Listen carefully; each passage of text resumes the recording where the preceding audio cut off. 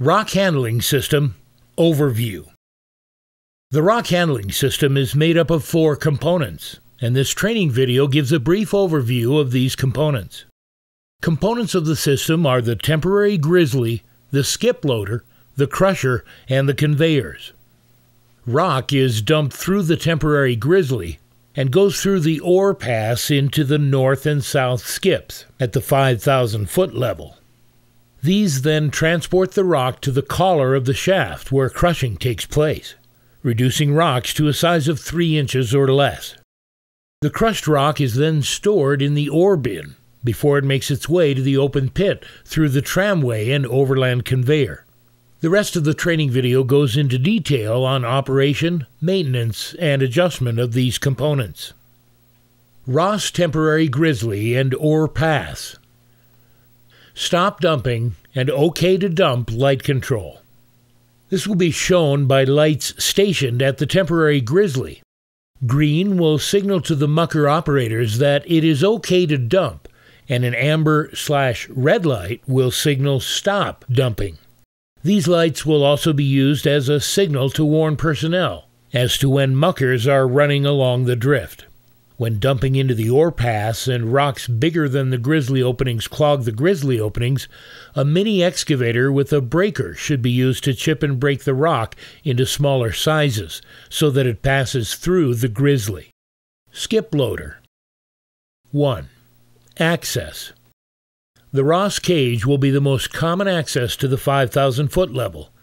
From the 5,000-foot level, there is a series of ladders that give access to each platform in the skip loading pocket. In the event of needing to get maintenance tools or materials into the skip loading pocket, there is a station door at set 303, 2 sets above the 5,000-foot level. Periodically, the skip loading platforms will need to be cleaned due to spillage over time while skipping rock. This process would typically be done by hand-filling 5-gallon buckets and dumping into the south chute metering chamber. The skip loader should be locked out while cleaning platforms to prevent any operation of gates with personnel in the area. 2. Hydraulic Pack Unit, or HPU, remote operation. During automatic operation, the facility operator will be able to run all components for the skip loader from the control cabin located in the crusher building. Automatic operation is also allowed at the 5,000-foot level from the IPS panel, or stainless steel panel.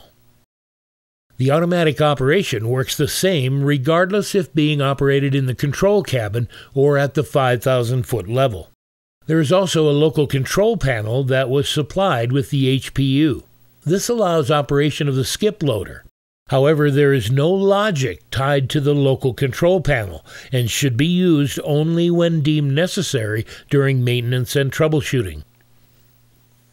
3. 6-each guillotine gates.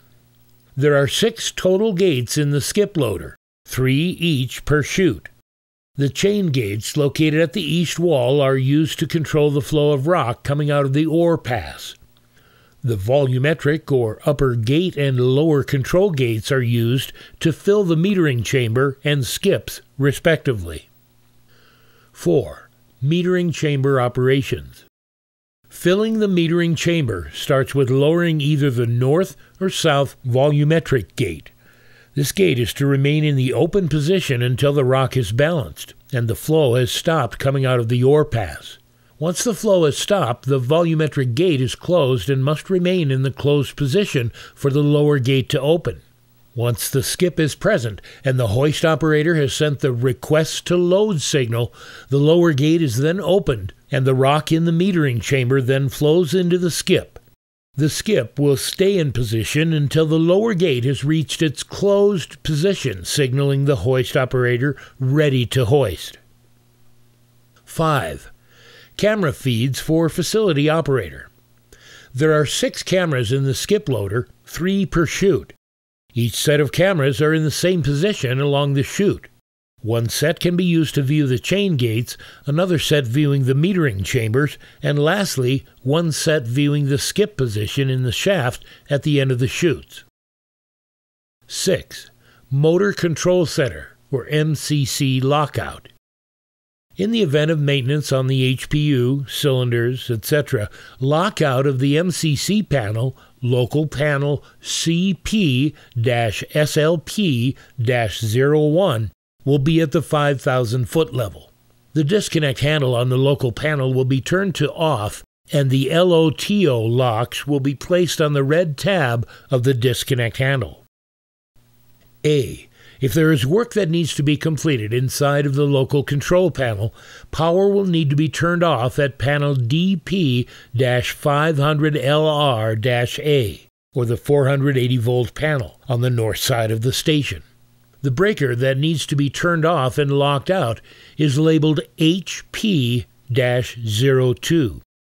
To ensure control wiring from the IPS or remote panel cannot energize or backfeed the control wiring, unplug the remote multi-pin connector from the side of the local panel. Crusher. Throughout the crusher building, locked guarding prevents anyone from accessing these areas without proper training and permissions. Do not go beyond the guarding installed without locking out the system and without proper training. 1. Skip dump bin level indicators and chain feeder 01. Muck will be brought up the skip and run through the scrolls to be dumped into the skip bin. A level indicator will read the current elevation in the bin.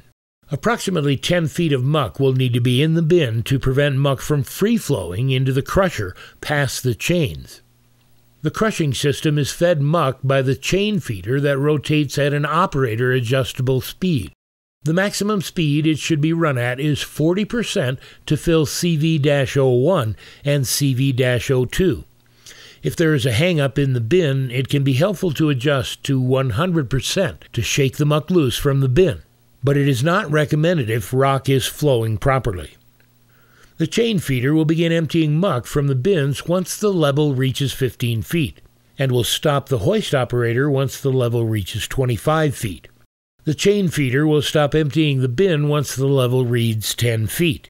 All of this is automated and should not need to be adjusted. Skip dump bin level is located on the south side of the bin. The chain feeder lockout is located on level 1 by the conveyor 1. 2. Lippmann crusher CR-01. The Lippmann 30 by 48 crusher is set on level 2 of the crusher building and is set to crush the muck down to -3 inches. At this setting, the crusher can produce more than 250 tons per hour. Over time, the jaw plate will wear down and potentially allow larger rock through.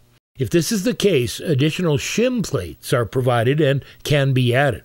A hydraulic pack is located next to the crusher on level 2 that controls the cylinders that tension the toggle plate.